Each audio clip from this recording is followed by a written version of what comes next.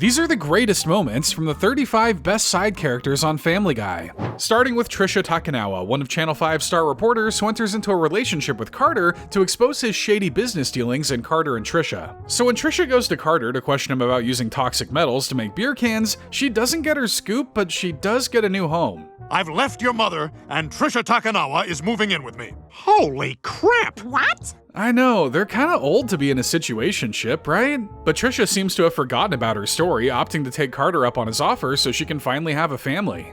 A family just like this, in fact, with a fine son just like you, Peter. Is the fine son standing behind Peter, or is she being serious? Well, I guess you gotta play the cards that life deals you. And after some time, Trisha is ready to show her hand. This has been Trisha Takanawa with my undercover expose of Pawtucket Patriot Brewery.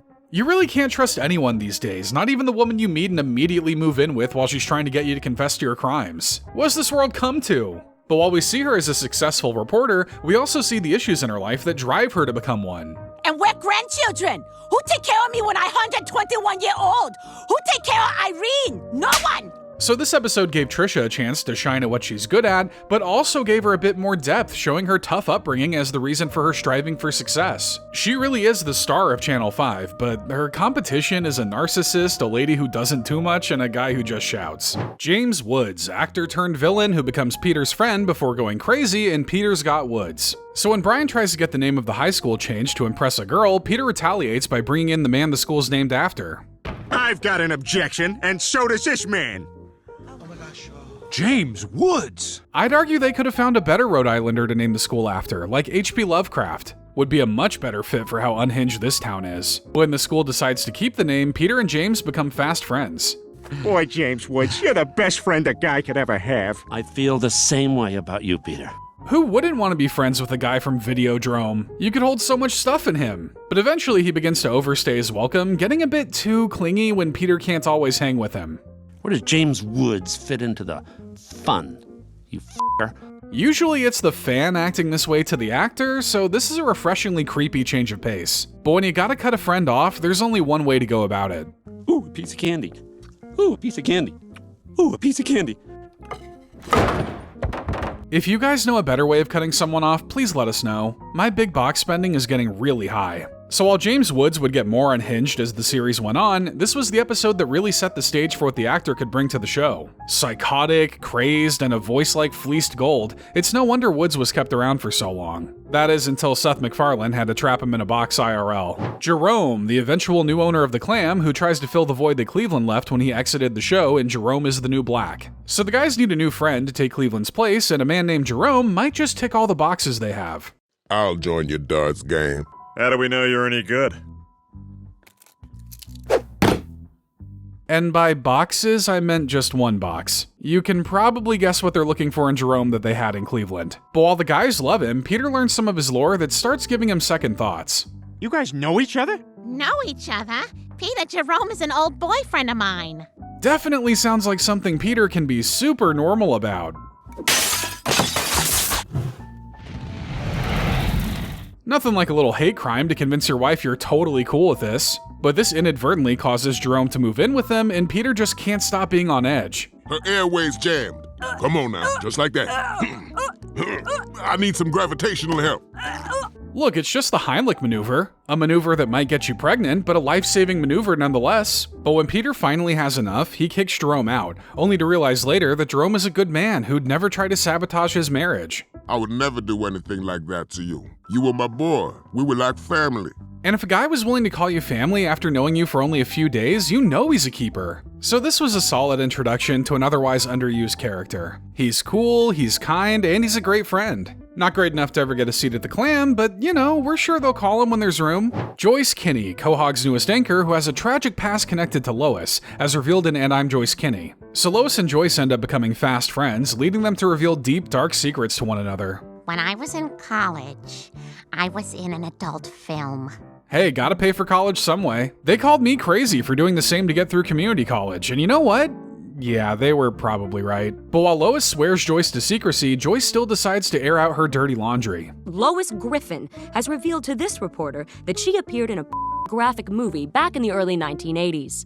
Man, slow news day, huh? As it turns out, this is all an elaborate revenge plot to pay back Lois for bullying Joyce in high school. When you took the blindfold off, I was standing in front of the entire school with my pants around my ankles and a hot dog in my mouth. They're laughing, but this is actually the optimal way to eat a hot dog. This episode gave Joyce a bit of an edge, something that we unfortunately haven't really seen flare up after this, but we would love it if she could find some more prominent roles. Also, Lois is now 0 for 2 with the female Quahog broadcaster, so she might want to consider staying far away from the newsroom from now on. Vinny, the Griffin's one-time replacement dog who gives up his new life so that Stewie can reunite with Brian in Christmas Guy. So it's the first Christmas since Brian died, and it's safe to say Stewie hasn't moved on yet.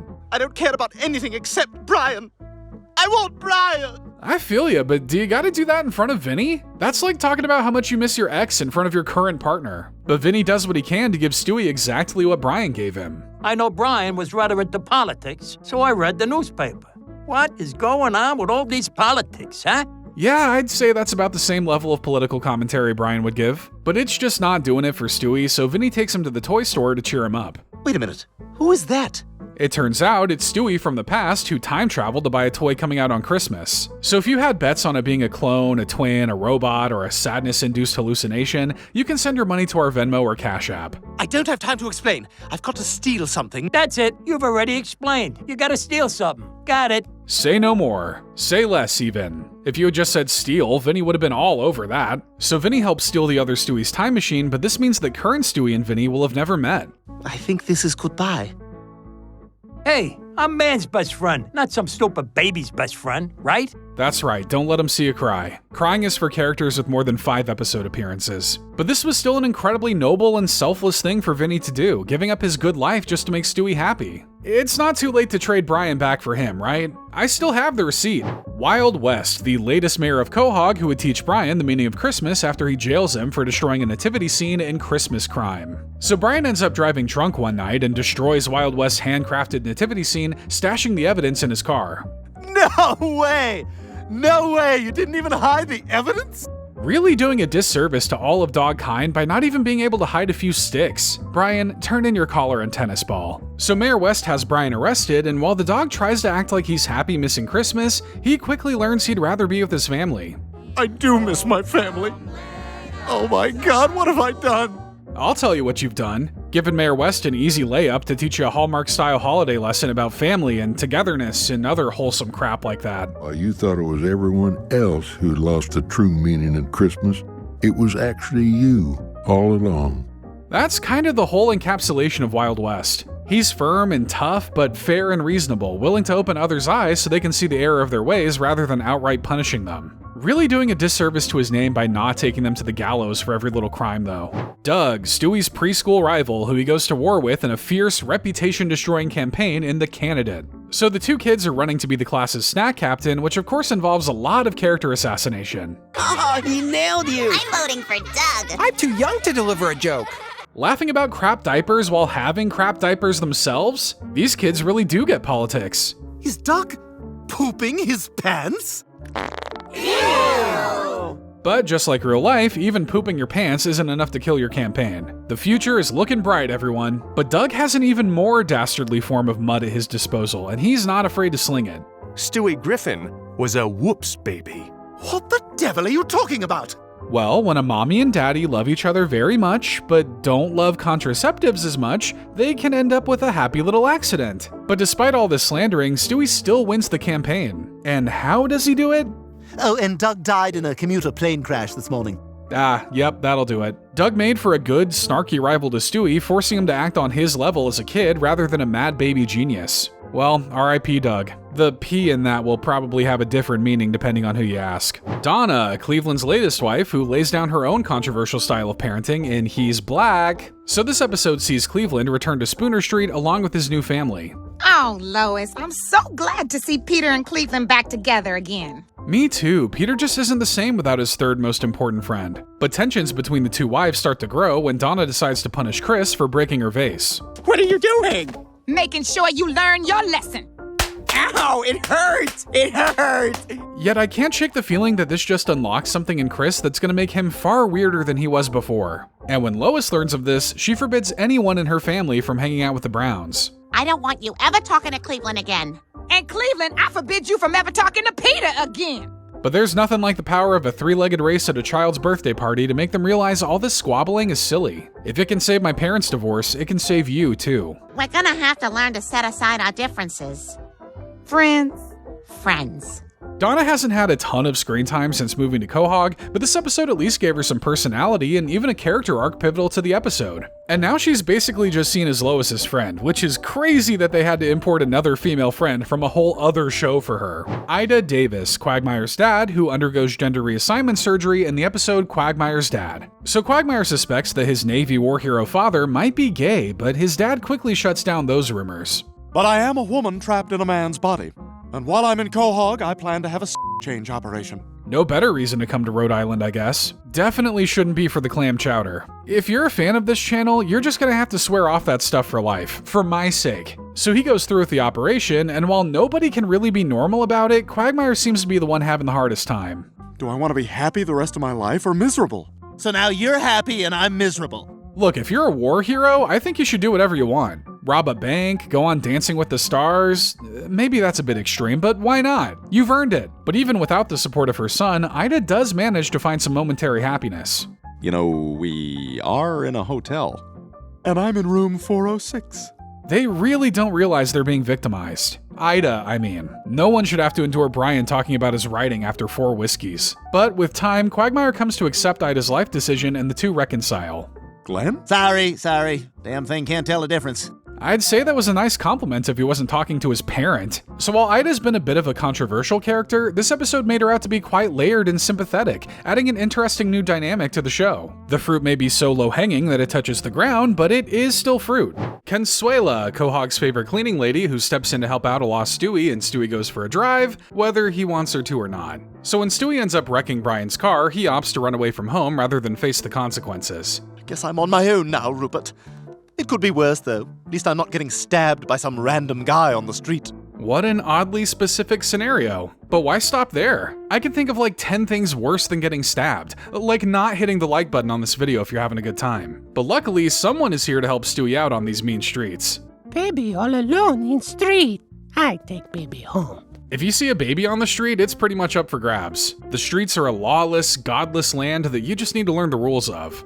Are you also making soup? For quinceañera, big party, many peoples. But before Stewie can be boiled, evil witch style, Brian comes by to take him home. Consuela doesn't want to give up her latest find though, so Stewie decides they've got to do this the hard way.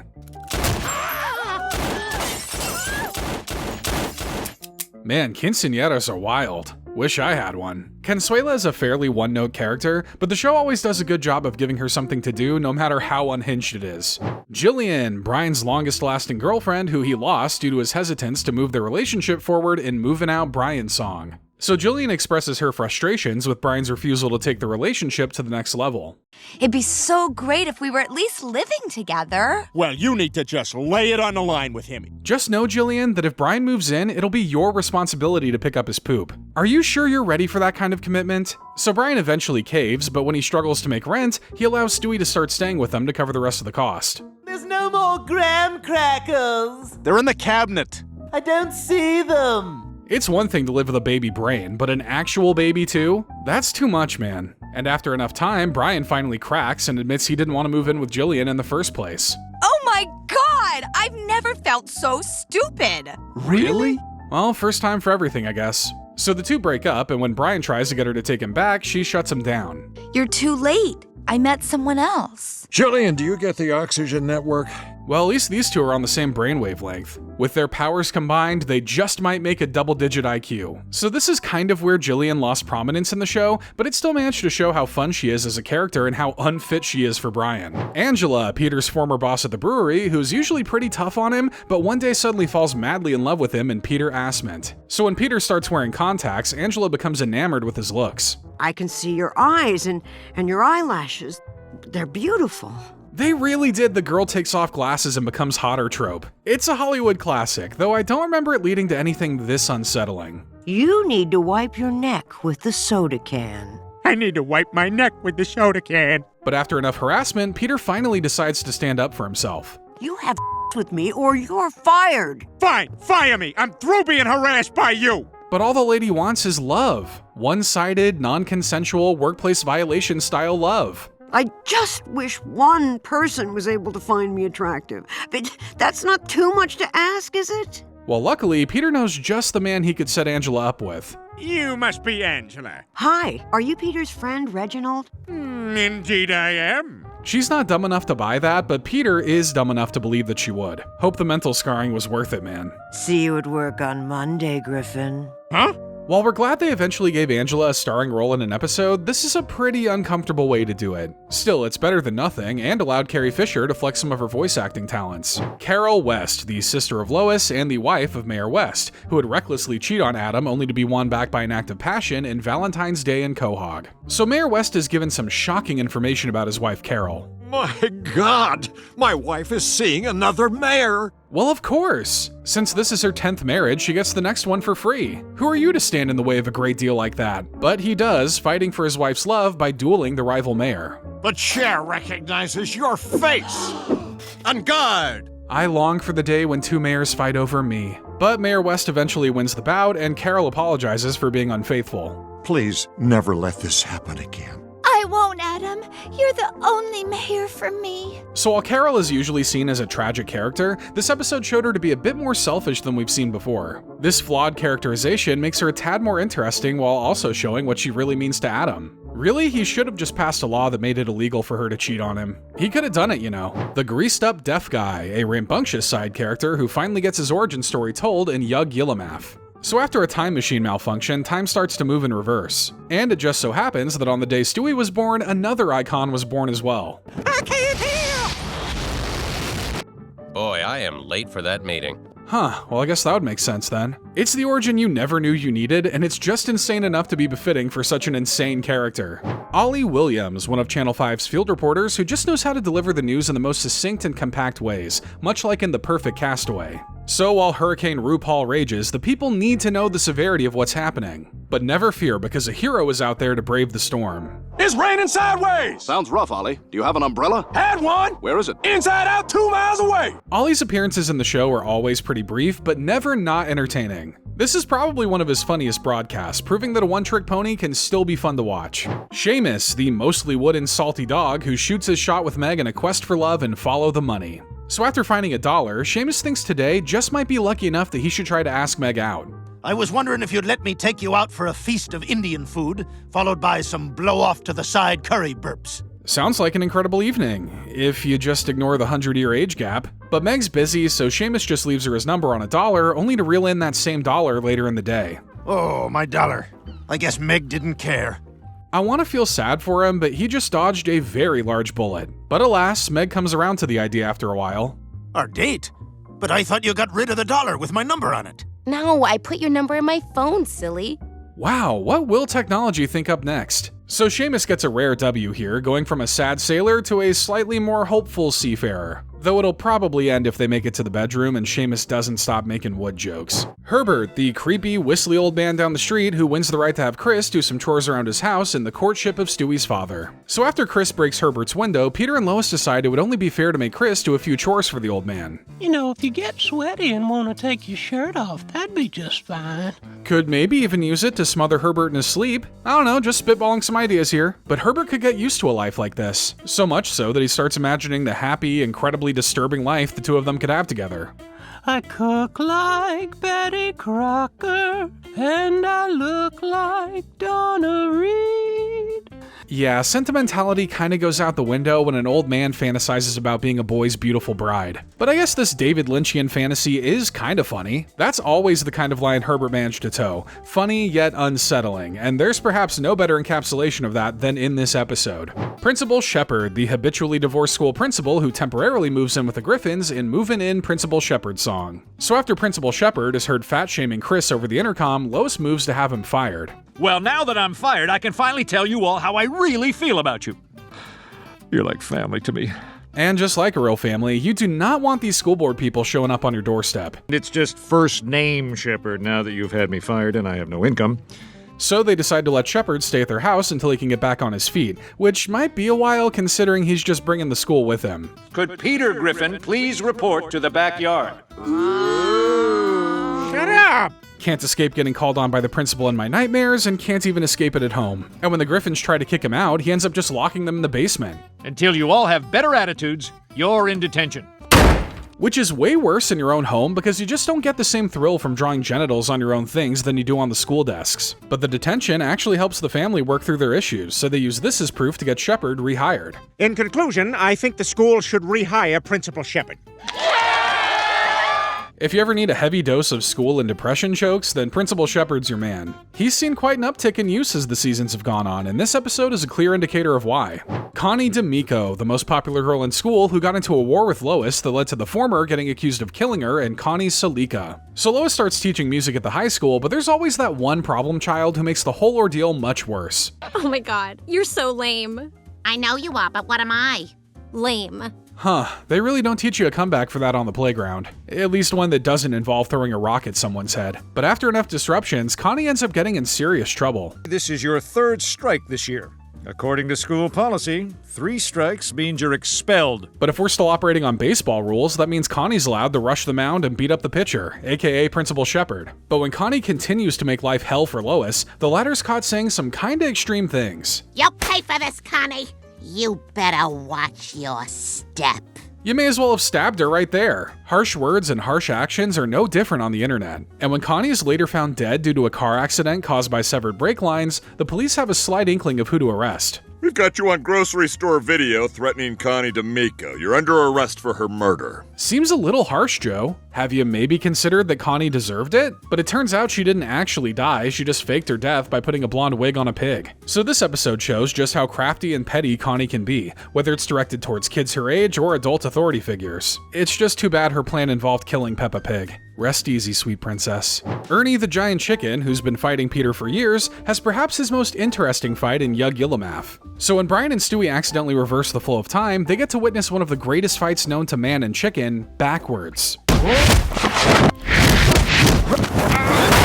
How nice of them to clean up after themselves this time, putting their teeth back into their mouths and whatnot. And the fight just gets more insane, with crashing planes and grenades blowing up coffee shops. Okay, Seamus, today's the day you finally ask out that barista. The universe really is working overtime to keep Seamus single. And to think this whole thing started over a simple fender bender.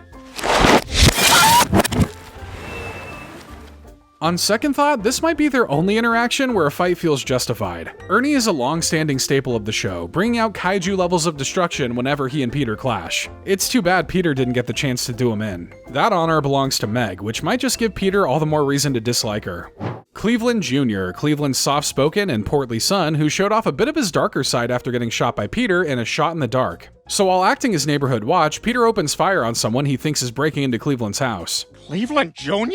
Mr. Griffin, you shot me! You don't have to thank him, just mail him the check for the amount he spent on that bullet. So this action drives a wedge between Peter and Cleveland, but the two are later able to resolve the matter like adults. I know you wouldn't have shot Cleveland Jr. on account of his race. You shot him because you're stupid. It's true. Peter will shoot anyone without much motive. It's hard to be labeled a racist when you're very clearly a psychopath. But now all that's left to do is to make amends with Cleveland Jr. You ever feel the cool steel of a switchblade pressed against your temple? That's a weird way to shave, so my guess is not likely. But Junior's just kidding. Or is he? Truthfully, he hasn't had much to do since returning to Quahog, but this episode did show a bit of the craziness he picked up in Stoolband. Neil Goldman, Meg's most persistent love interest, who tried to get close to Chris so he could date Meg in the episode Once Bitten. So Chris and Neil decide to sit together since they have so much in common. For instance, they're both social outcasts and, well, they both wear hats. Boy, it's so great having someone I can talk to. I feel the same way, Chris. But hanging out with Chris means he'll be in close proximity to Meg, which is really all Neil ever wanted. Neil, I thought you and I were gonna go find unlocked cars and pretend we're driving them. Sorry, Chris. Booty calls. Yeah, but if the booty's making noise, you're not supposed to get closer. Trust me on that one. But at least Neil's honest about what he's doing. My sitting with you at lunch was part of a carefully laid out plan to get close to your sister. But karma comes back to bite Neil when all he can do is see Chris when he looks at Meg. You used me just so you could date my sister. Oh my God, Chris? Who knew violating the bro code came with its own voodoo curse? But rather than suck it up and power through kissing his best friend, Neil decides to apologize to Chris instead. I'm sorry, Meg, but my friendship with Chris is more important. You're a jerk, Neil. So this episode showed some surprising maturity from Neil, giving up the girl of his dreams to rekindle a friendship he's had for like 2 days. Either that or he's just really scared of whatever other curses the bro code can conjure up. As he should be. Carl, the pop culture encyclopedia who works at the general store and hires both Chris and Meg, only to end up showing some obvious favoritism in Movin' Out Brian's song. So after witnessing Meg's organizational skills, he decides to offer her a job at the store. You alphabetized all the magazines. Hey, you want a job? If he's that easy to impress, she'll be CEO of the entire chain in no time. And when Chris needs a job, Meg convinces Carl to hire him as well, though it's clear Carl prefers one over the other. I need Chris up here with me. But the boxes are really heavy. Oh, that's because there's a bunch of stuff in them. A mystery only a career cashier could figure out. Thanks, Carl. So as the store starts to become more and more of a bro fest and Carl gives Chris a promotion meant for Meg, Carl figures it'd just be easier to cut her loose. All right then, you're fired. What? But, no, you can't. Finally, now the market can focus on what really matters. Talking about old movies and whether or not actresses got naked in them. Gentlemanly conversations are back. Like totally naked and, leaving Las Vegas. And, still so hot. But Chris eventually does the brotherly thing and holds off on his movie opinions until Carl rehires Meg. Well, if you hire Meg back, maybe I'll have an opinion. She's hired! She's hired! You can't blue ball a guy like Carl by not talking about an old movie. It might literally kill him. This episode portrayed him as a great slacker character, one who just talks about niche films and actresses he finds hot. It feels kind of like looking into Chris's future, doesn't it? Elmer Hartman, the Griffin family's primary doctor, who ends up making a noble sacrifice to save Peter's life in New Kidney in town. So after Peter overdoses on energy drinks, his kidneys start to fail him. We'll put him on a kidney transplant list, but that could take months. Well, how many does he need? And does he need them with or without sodium? But when he's unable to find a donor, they realize that Brian could technically be the answer Peter's looking for, if Brian gives him 2. But I only have 2. That's right.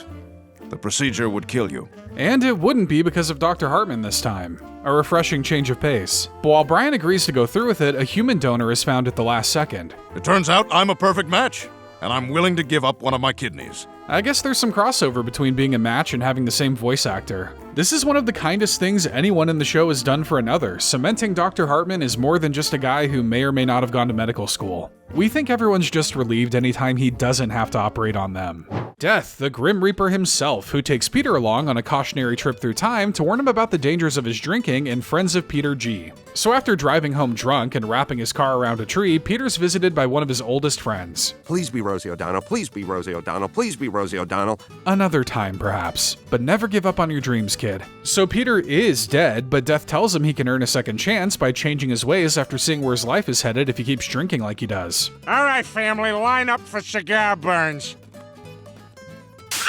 Look, he's gotta put the cigar out somewhere. It's either on the ground or on his family's skin. He's just being eco-conscious. But as Death shows him, he can't exactly give up drinking either because things will be even worse. Everybody line up for a Triple H, a hug, a handshake, or a high five. Your call. Usually when someone tells me I'm gonna be Triple H'd, I'm expecting to get hit with a sledgehammer and never get a chance at the world title again. So the key to what Death is trying to warn Peter about is moderation. You don't have to give up the booze cold turkey. You just have to be responsible with it. So, drinking only 5 cans of beer instead of the whole 6-pack? Thanks for the advice, Death. Death is often used to show people the error of their ways, with this being one of the most memorable instances. He must really like Peter enough to give him 2 chances at life. Either that or the afterlife must be really boring. Adam West, Quahog's former eccentric mayor who became a part of the Griffin family when he married Lois's sister Carol and brothers and sisters. So when Carol comes to stay with the Griffins after her 1000th divorce, she ends up meeting Mayor West. Lois, aren't you going to introduce me to your handsome friend? Handsome? He sure does know the words to a woman's heart. Not sure why he had to mention the Crusades there, but hey, it seemed to win Carol over. Will you marry me? What?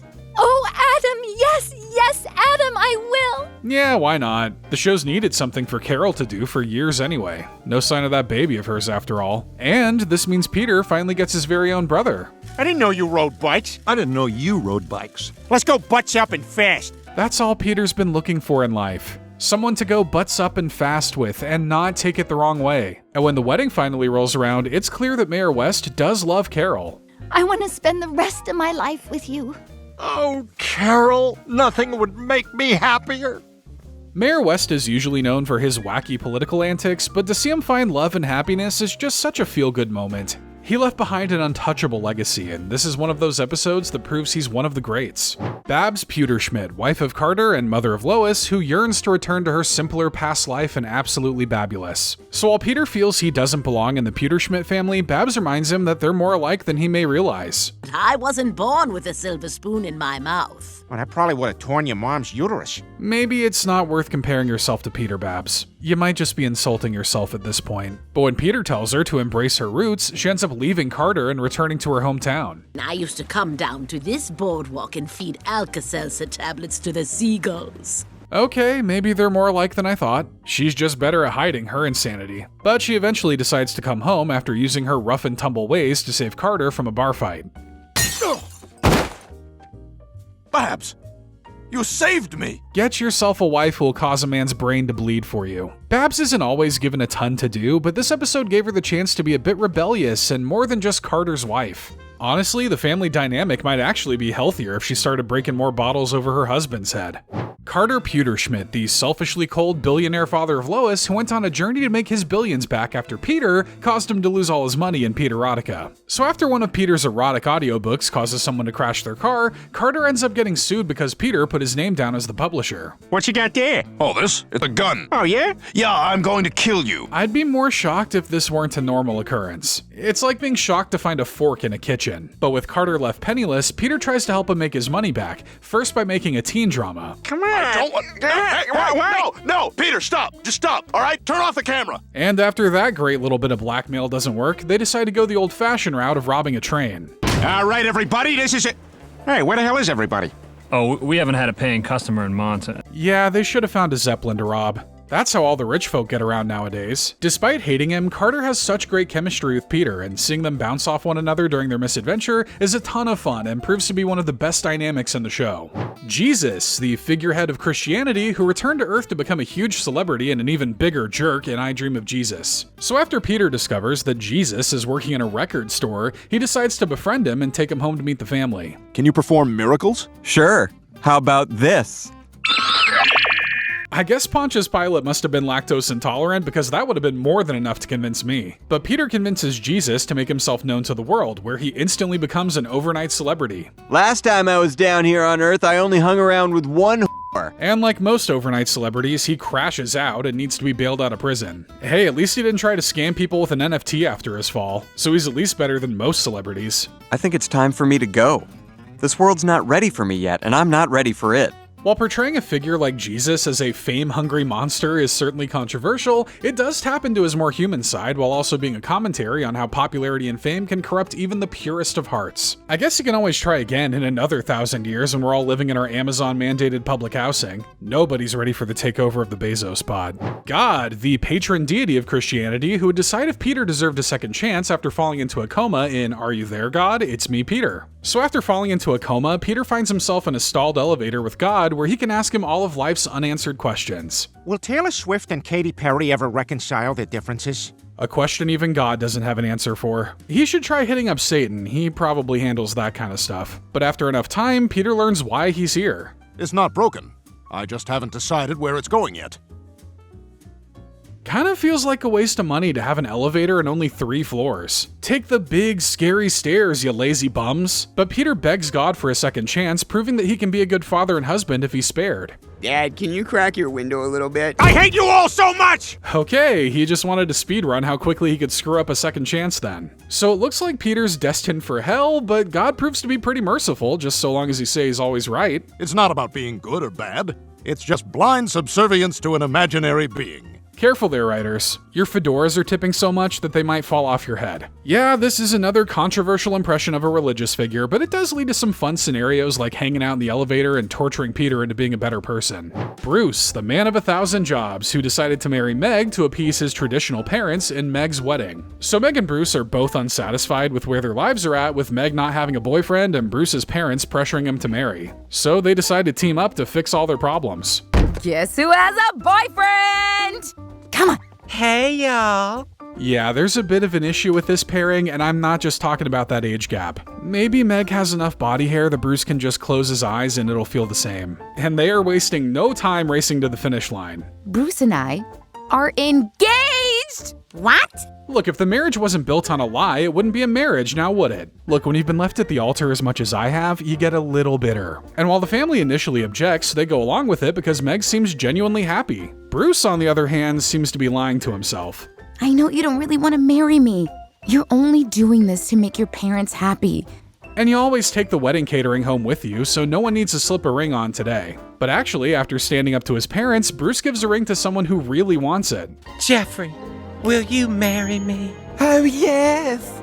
True love wins in the end, and all it cost was presumably thousands of dollars in wedding funds. But you at least get to keep all the wedding gifts. But this is the quintessential Bruce episode, wrapping up his entire character into a solid story that gives him the happy ending he was always looking for. Rupert, Stewie's trusty teddy bear who would come to life one Halloween and attempt to kill Brian and Peter Pumpkin Cheater. So after Brian backs out of his and Stewie's couple's costume, Stewie gets the bright idea to simply create the partner he's always needed. All right, Rupert, prepare to be brought to life to be my sonny for Halloween. Well, I guess it's more of a reason to live than that butter robot had. But while the experiment doesn't appear to work at first, Rupert does in fact come to life later that night. And now, to fulfill your wish, I must kill Brian. I think his wish mostly involved you dressing up as a singer from the 70s, but what's Halloween without a little murder anyhow? And despite Stewie's objections, Rupert does come very close to going through with it. Oh God, I'm too late! You're not too late! But by the time I start helping, don't you think it'll be too late? And Stewie would rather let you die than be caught dead helping too late. But he does intervene, making the difficult choice to drown his best friend in the toilet. His best stuffed friend, I should clarify. If I could turn back time, if I could find a way.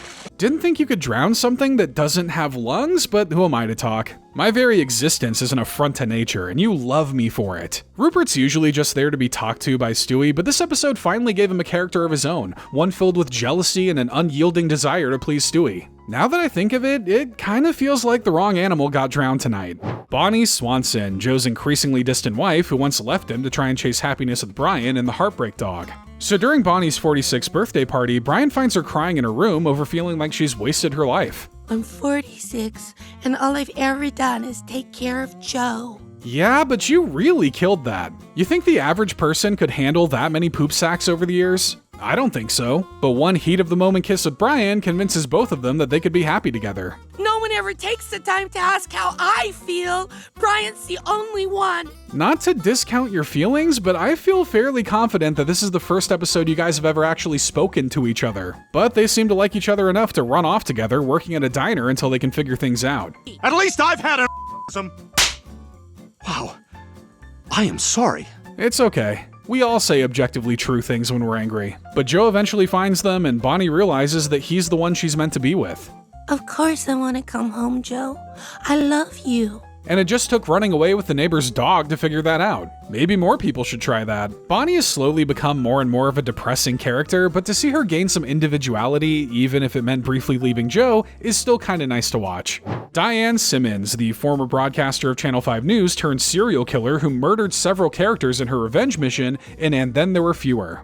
So during a night that leads to the deaths of James Woods and Muriel Goldman, among others, the group starts to suspect that Tom Tucker is the culprit after finding another body in his room. You're going to jail, Tucker. Like hell I am. You're not taking me anywhere, you podunk quahog redneck cop. Ouch, the guy's just trying to put you away for life. No need to be mean. So Tom is apprehended, but when Lois goes to check on his broadcast partner the next morning, she comes to a shocking realization. Oh my God. Oh my God, it was you! You're the killer! Spoilers, Lois. I haven't read that far ahead yet. So while the night didn't exactly go as planned, the whole thing was devised so Diane could get revenge on James Woods and have Tom take the fall. But by the end, she's the one who ends up falling. Whoa!